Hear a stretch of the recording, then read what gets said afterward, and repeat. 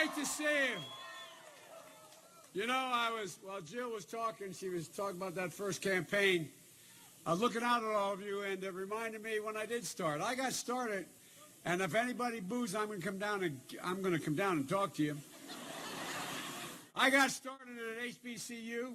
I got started as a Senate candidate. I was 29 years old. No one paid any attention to me. I was trying to figure out how I get going to try to end that war in Vietnam and bring the civil rights movement to fulfillment. And I came out of the movement, and so I didn't know where to start. So little old Delaware, with no support. I come from a family, a modest family, middle class. My mom or dad didn't go to school or didn't go to college. You know, just a normal family.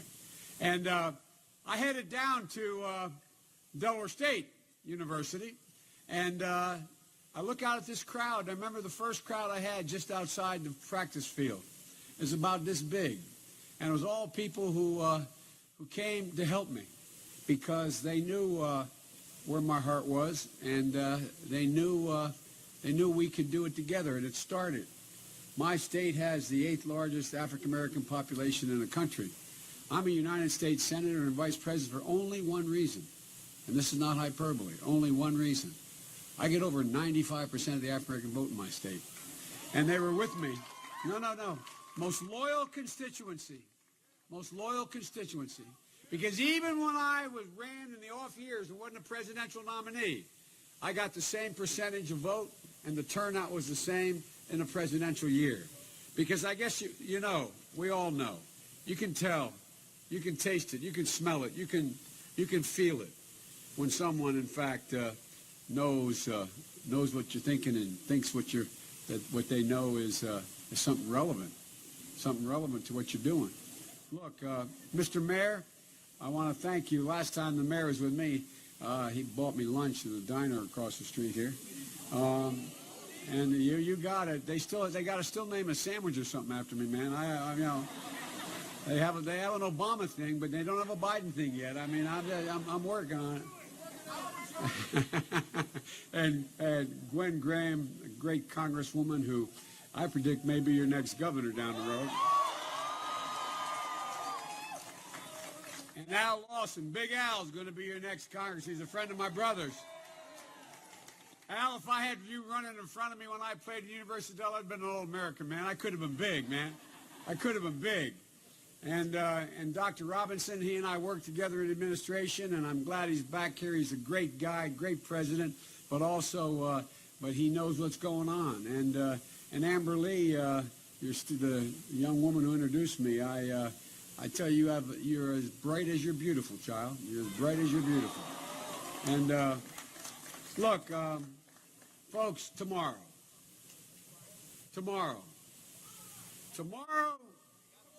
is a day that's going to impact on all your tomorrows for the next 10 or 12 years. That's not hyperbole, man. It's going to impact on your lives like no other tomorrow in terms of the American history since you've been alive. For your families, for your moms, your dads, your brothers, your sisters. Tomorrow will affect their health. It'll affect their education. It'll affect their physical safety. It'll affect, maybe most importantly, whether or not, as my mom and dad would say, my dad had an expression. He said, Joey, everybody is entitled to be treated with dignity, no matter who they are or where they're from. It's going to affect whether you have a government that fully understands that. It matters. And how it turns out, it's never been more important. There's never been a more important tomorrow in modern electoral history in the United States than tomorrow. And that's not hyperbole. That's simply a fact. And the irony is how it turns out is in your hands. Tomorrow's going to look like, what it's going to look like is up to you. And by the way, I'm not just saying that. It is a fact.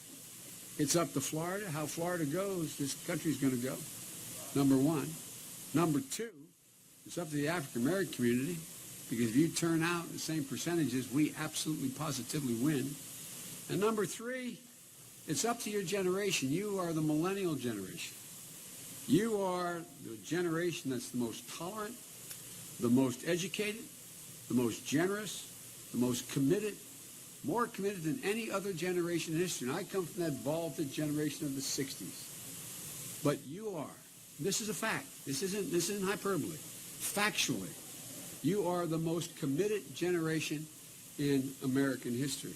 And now you are also the largest generation that's going to vote in this election. You know, the 9/11 generation. In the words of Isaiah, who shall we send, Lord? And your generation said, to paraphrase for real, send me, Lord, send me. And over 4 million of you signed up to go to war. Over 4 million of you joined the military to defend America. 4 million of you. And over 2.4 million of you walked at those god-awful mountains of Afghanistan and the deserts of Iraq. And I carry in my pocket every day. I have my staff. I hope I have it with me here. They took it out of my pocket. I have my schedule, and I have to go back and get every morning. I have them call the Defense Department to tell me exactly how many people have been killed, how many have been wounded, because every single solitary one of those fallen angels leaves behind an entire community. And it's a disproportionately high number of African Americans, a disproportionately high number, higher than the population, who are making sure that Al-Qaeda, or making sure that terrorism doesn't ravage this country. And ladies and gentlemen, we're now at a point where you also have another distinction. You're the most innovative generation in history. The whole world is laid out before you. And I predict you'll do for this country what the so-called greatest generation, my father and mother's generation, did. I think you'll propel us forward in a world that's going to continue to look at us as the citadel of freedom and opportunity in the whole world. Not merely looking at the example of our power, we have enormous power, but looking at the power of our example. That's why the rest of the world listens to us. That's why they repair to us. That's why everybody would rather be here. It's not just that we have the most powerful military in world history. Our military, we spend more than the next 8 nations in the world combined on our military. And we defend an awful lot of people. But that's not why we're loved around the world. We're loved around the world because of the power of our example. Because they really do believe that we hold these truths self-evident. They really do believe that we hold these truths self-evident. All men and women are created equal, endowed by the Creator. The rest of the world believes that. I have traveled. I've known every single solitary world leader in the last 35 years. I know every major world leader today by their first name. I've traveled over 1,200,000 miles just as vice president for the president. Because not only are we friends, everybody knows when I speak for him. There's nothing lost, as my grandpa would say, between the cup and the lip. They know when I say it, that's it, because he means it. And ladies and gentlemen, they're looking to us and Donald Trump. And this is not to boo or clap. Donald Trump is already causing us serious damage around the world. Donald Trump is already. I meet with these leaders. I sit with heads of state, and I work out arrangements with them. We shake hands, and before the meeting is over, I get asked the question, not a joke. Tell me, it's not possible, is it? Tell me, it's not possible. Has your country changed that much? Is that who they're going to elect? I was down in Australia meeting with the Prime Minister, who just was reelected by a small margin. And we were working with him dealing with China in the South China Sea and in that area of the world. And I got a phone call. I got a phone call from the president of Latvia, one of the Baltic states. I got a phone call saying, and I knew him when he was defense minister, said, Joe, you've got to come to Latvia to meet with me and the president of Estonia and Lithuania. We want you to make a major address to each of our countries. Tell us your country is committed to NATO, and you will not walk away, as your Republican nominee said, unless we're at 2%. They're going to walk away if the Russians invade. Joe, they're on our border. They're breathing down our throat. I actually went from Melbourne, Australia, all the way to Latvia to try to reassure a frightened group of people that we take our obligation seriously. It's a sacred obligation. This is a guy who's done so much already to damage our standing in the world. He talks about how we're not respected. You will not find a single solitary poll anywhere in the world that suggests that America is not the single most respected nation in the world. You won't find one. You won't find it. That's a fact. But ladies and gentlemen, imagine if in fact every home in America, with the leadership of Hillary Clinton, imagine the moment every home in America is being powered by renewable energy. That's going to happen in the next 10 years. Imagine that. Imagine what that does for our kids, our grandkids, the environment, but also for people's electric bills. Imagine every kid in America who has any potential being able to go to college regardless of their zip code and go for free. Imagine in the near term being able to fly from here to London in 35 minutes. That's going to happen before you are out of graduate school. The things that are ahead of us, imagine how close we are.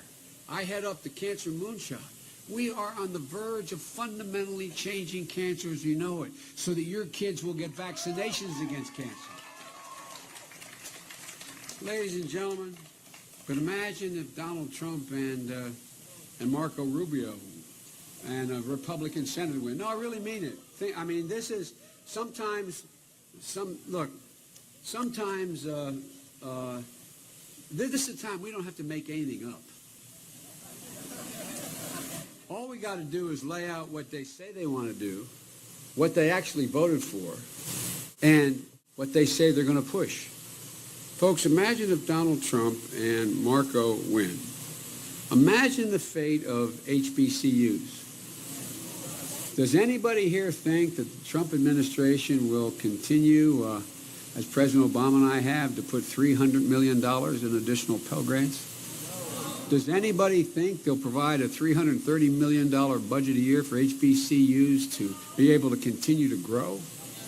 Imagine the fate of health care in your neighborhoods. Imagine what happens in the neighborhoods I grew up in to those 20 million people who never had health care but have it now.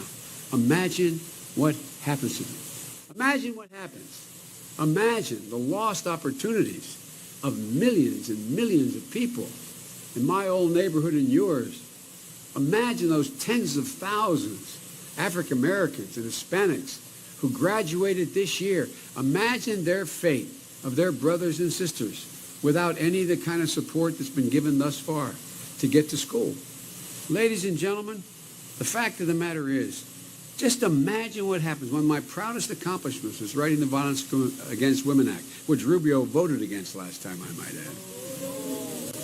No, I really mean this. We're beginning to change the culture finally. I've been going on campus to campus to campus, saying it's on us. It's on all you guys. It's on me to make sure that it stops. What message? We're finally beginning to break through. Tens of thousands of college students signing the pledge. And then we have a guy running for president who says, because I'm a billionaire, because I'm famous, I can do anything I want to a woman, and it's okay. And he's actually says he's done it. Ladies and gentlemen, that is a textbook definition of assault. That's sexual assault. It's a crime. But the future president of the United States, quote unquote, saying that? What message does that send to our children? What message does it send to the world about who in God's name we are? Just close your eyes a minute. Imagine your sister or your daughter when we have a country led by a guy like Donald Trump. What does it say about women? Imagine a president. I really mean this. I challenge you to think of any president in American history, assuming that technology had been available. Can you imagine any president, even the worst one, getting up at 3:30 in the morning and tweeting vitriol about a woman's body, calling her pigs and slobs? This goes to character, guys. This goes to who we are as a nation. Well, let me tell you something. Imagine Donald Trump's Supreme Court. The Roberts Court already tried to eviscerate the Voting Rights Act. Imagine the Attorney General that this guy would appoint when you had 37 states trying to pass restrictive voting rights laws to keep African Americans from voting. Imagine what his Attorney General would not do. Not a joke. This is about the kind of life you're going to be able to live. Not a joke. Not a joke. And you say, well, those Republicans won't put up with it. You know, character is destiny. You got a guy running for the United States Senate here again who says that he disagrees with Donald Trump and these things, but didn't have the courage to stand up and say, I won't vote for him. Can you imagine? Can you imagine Patrick Murphy if we had a Democratic candidate saying the same thing? Can you imagine him standing up and saying, I'm going to vote for that person? Ladies and gentlemen, this goes to your character. And this is what's on display more than anything else in our entire history today. What is the character of this nation? You know, folks, at the end of the day, it's about what we value. My dad used to have an expression. He'd say, when someone come up to my dad was a high school educated guy, a salesman, he'd come up to my dad and they'd say, Joe, let me tell you what I value. My dad would look at him and say, don't tell me what you value. Show me your budget. I will tell you what you value. Show me your budget. Well, Marco Rubio's voted for a budget that cuts we now have the highest graduation rates in all of American history ever for high school, including for African Americans and Hispanics. You know what he proposes doing? Cutting the elementary and secondary education by $2.7 billion a year. Cut it. This is the person, along with Donald Trump, who says we should not be spending money on Pell Grants. 8 million of you in my neighborhood, 8 million people are in college only because of Pell Grants. And they decide they're going to cut the Pell Grants. Ladies and gentlemen, we've gone, because of the grit and determination of the American people, we've gone from absolute abject desperation, where before I lowered my right hand on that day in January 20th, 2009, we had already lost, at that point, 685,000 jobs that morning. By the time that month was over, we lost 800,000 jobs. Unemployment rate for African Americans was 18.6%. For the country as a whole was 9.4%. Today, the unemployment rate is down to under 5%. We're in a situation right now where we've created more jobs than all the other industrialized nations combined. We finally have gone from crisis to recovery. Now we're on the surge, on the verge of resurgence. And this is a time for these guys to get out of our way, man. Just get out of our way. But what do they propose doing if they win? They propose, you have Trump coming up with another $1.3 trillion, $9.7 trillion tax cut? $9.7 trillion? It's either going to increase the deficit by $9.7 trillion, or we got to cut every single solitary program out there, including Social Security and Medicare, by 40%. Ladies and gentlemen, we can do all these things. You ever ask yourself why they're spending so much money against Murphy from outside? You got it, Jack. Because here's the deal. You have all this money coming in from the Koch brothers and these powerful interests because they know the President Republican Congress won't stand up to them. They'll just yield. They bend. Well, ladies and gentlemen, it's the unwillingness of this new Republican Party to reorder our priorities. You know, we have $1.3 trillion in tax loopholes now. It used to only be about 700,000 when Reagan was there. $1.3 trillion a year is not collected every year. We can guarantee, and this is what Patrick's working like hell for, every single solitary person goes to community college, cutting the cost of 4 years in half, can go free. And that goes from 6 million kids to 9 million kids in college if we do that. And we can go free, but it costs a lot of money. The Republicans say, there go those big spending Democrats. It costs $6 billion a year to do that. But let me tell you how we pay for it. And by the way, I'm listed as the poorest man in Congress, and I have been. When I did my financial disclosure, the headline of the Washington Post said, it's probable no man has ever assumed the office of vice president with fewer assets than Joe Biden. I assume they weren't speaking intellectual. So I didn't know what stepped-up basis meant. There's this little thing in the tax code called stepped-up basis. If, in fact, you buy $1 million worth of stock, it rises in price to $2 million over several years, and you're on your way to sell it, and you sell it, you got to pay a capital gains tax in that $1 million gain. Okay, and it's less than your normal tax. But if on the way to sell it, you get hit by a truck, God forbid, and your son or daughter inherits it, and they sell it, they pay no tax. It's not a death tax. This is just paying the same tax your mom and dad would have paid. You know how much that costs the government every year? It costs the government every year $17 billion a year. I can send every kid in America to community college for free for 2 years and still cut the deficit by $11 billion. This is about priorities. This is about what do you care about? What do you value? 12 years of education is not enough in the 21st century. It's simply not enough. And everybody knows it, but they sit there with their thumb in their ear talking about making sure you get a tax break for racehorses, but no tax break for child care. Look, guys, these guys have it whacked out. They've got it backwards. They think we have amnesia. The same policies that drove us into the greatest recession short of a depression are the policies they're pushing on steroids right now. And it's not just that. It's everything about who we are. It's about our value system. Tell me, if you think this country can survive 4 years of these guys. Look, guys, let me end because it's hot out here. The Trump and Rubio alternative. These guys are cut from the same political cloth. I want to remind, I hope your president doesn't mind me quoting the first president of Morehouse College, Benjamin Mays. Benjamin Mays once said, the tragedy of life is often not in our failure, but rather in our complacency. Not in doing too much, but rather in doing too little. Not in our living above ability, but rather our living below our capacity. Ladies and gentlemen, this election, let's live up to our ability and our capacity. I'm more optimistic about the prospects of the United States than when I got elected as a 29-year-old kid. You know, everybody tells me things don't change much.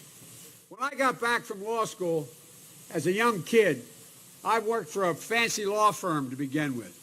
But my city was the only city in America occupied by the military for 7 months because when Dr. King, my hero, was assassinated, they burned a big chunk of my city down. So they had guards on every single corner with drawn bayonets for 7 months. And one day I couldn't take it, I quit my law firm and I went and became a public defender. And I used to go down to the Wilmington train station, the Amtrak line, because that's where they'd arrest people and hold them to interview my clients. And I wondered then, as a 26-year-old, would it ever get any better? Because I got it started in the movement. Would it ever get any better? And then, almost 40 years ago to the day, I was standing on that same platform with my deceased son, Major Biden, my son Hunter, and my daughter Ashley, and my 4 grandkids, waiting for a train on a cold, cold day on the 18th of January to pick me up coming from Philly. A black man was coming to pick up this kid to go 127 miles to Washington, D.C., to be sworn in as President and Vice President of the United States of America. And I looked out over the 3rd Street Bridge, which had been burned to the ground, most of it. And I turned to my kids, and I said, anything's possible in this country. Because I didn't believe when I stood there as a 26-year-old kid that day would ever come. This is no time to turn that train around. This is time to step on it. This is time to move faster. America never bends. We never break. We never bow. We never yield. We always overcome. And with your help, we will own the finish line in the 21st century. There's not a thing we cannot do. So vote Get your friends out.